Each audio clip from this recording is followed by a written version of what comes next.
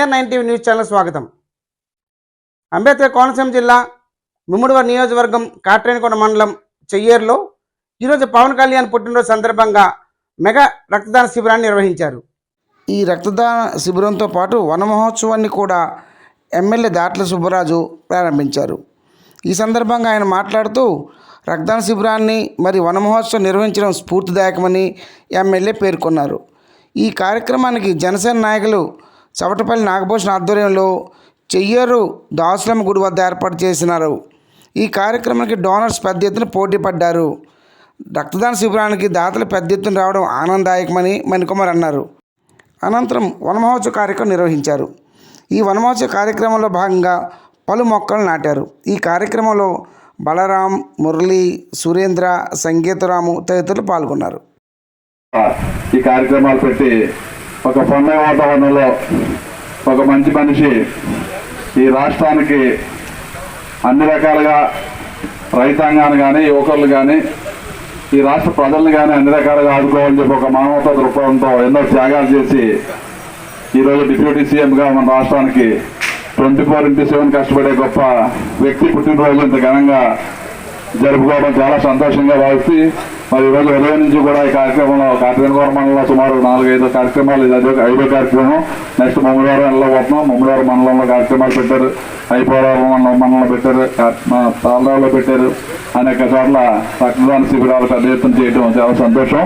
మరి దీంట్లో పెద్ద ఎత్తున మరి ఉదయం నుంచి కూడా మరి జన సైనికులు కానీ, తెలుగుదేశం పార్టీ నాయకులు కానీ, వీర మహిళలు కానీ, బీజేపీ నాయకులు కానీ అందరూ కూడా పెద్ద ఎత్తున పాల్గొని మన నియోజకవర్గంలో ఒక పండుగ వాతావరణంలో ఈరోజు పండుగ చేసుకొని ఆ పవన్ కళ్యాణ్ గారికి భగవంతుడు అన్ని రకాలుగా సహకరించి ఆయన మరింత ఉన్నత స్థానంలోకి వెళ్ళాలని చెప్పి ఈ పుట్టినరోజు సందర్భంగా మరి ఆయనకి పుట్టినరోజు శుభాకాంక్షలు మీ అందరి ముందు తెలియజేసుకుంటూ నాకు ఈ అవకాశం ఇచ్చిన 2వ తారీఖు పవన్ కళ్యాణ్ గారు, డిప్యూటీ సీఎం పవన్ కళ్యాణ్ పుట్టినరోజు సందర్భంగా చెయ్యేరు గ్రామంలో మేము మెగా బ్లడ్ క్యాంపు పెట్టడం జరిగింది. ఈ సందర్భంగా మేము 100కు పైగా యూనిట్లు ఇక్కడ సేకరించడం జరుగుతుంది.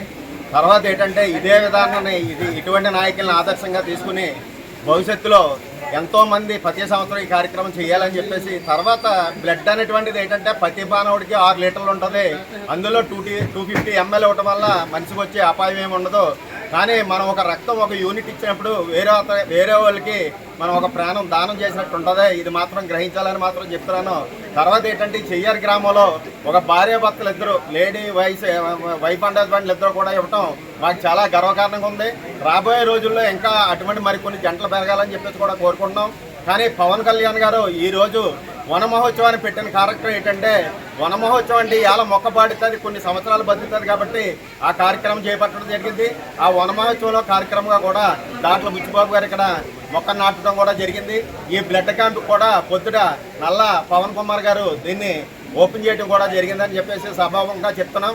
కానీ ఈ పవన్ కళ్యాణ్ గారు ఆదర్శాలను ఎదురుకి తీసుకెళ్లి రేపు పొద్దున ఏదన్నా భావితరాలకి స్ఫూర్తి అంటే ఉందంటే ఆయన గ్రామీణాభివృద్ధి, పంచాయతీరాజు, ఆర్డబ్ల్యూసీ తీసుకున్నాడు. కాబట్టి రేపు గ్రామీణాభివృద్ధిలో విపరీతంగా 15th ఫైనాన్స్ ఫండ్స్ వచ్చి ఉన్నాయి. కాబట్టి ఏ పనైనా సరే నాయకులు ఎవరైనా సరే పక్షపాత ధోరణి లేకుండా, ఆఫీసర్లకు ఏ విధమైన పర్సంటేజ్ లేకుండా ఆఫీసర్లను జీతాలకు చేసేలాగా వర్క్ని మాత్రం నాణ్యతలో 100కి 80% కనుక పని చేయించగలి మనం కనుక బుద్ధుడిని నడిపితే ఖచ్చితంగా రేపొద్దున భావితరాలకి పవన్ కళ్యాణ్ స్ఫూర్తిని ఎదురు తీసుకెళ్తామని మాత్రం అట్లా తెలుపుకుంటున్నాం. తర్వాత ఏంటంటే ఏ నాయకుడు పేర్లు పెట్టుకుంటున్నారు, అలా కాకుండా పవన్ కళ్యాణ్ గారు వచ్చి డొక్కా సీతమ్మ అన్న పేరు మధ్యాహ్న పథకానికి పెట్టడం అనేటువంటిది చాలా అభినందనీయం.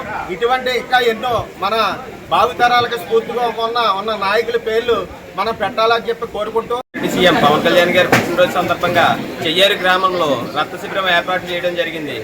కావున చాలామంది స్వచ్ఛందంగా వచ్చి మాకు డొనేషన్ ఇవ్వడం జరుగుతుంది. సుమారు 100 యూనిట్ల వరకు ఈరోజు ఇప్పటికి ఈ సమయానికి పొందుపరచడం జరిగింది.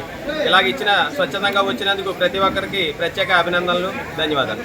ఇటువంటి పుట్టినరోజులు ఎన్నో జరుపుకుంటూ ఇటువంటి సేవా కార్యక్రమాలు ఎన్నో జరపాలని మనస్ఫూర్తిగా ప్రతి జనసైనికుడిని కోరుకుంటూ సెలవు తీసుకుంటాం.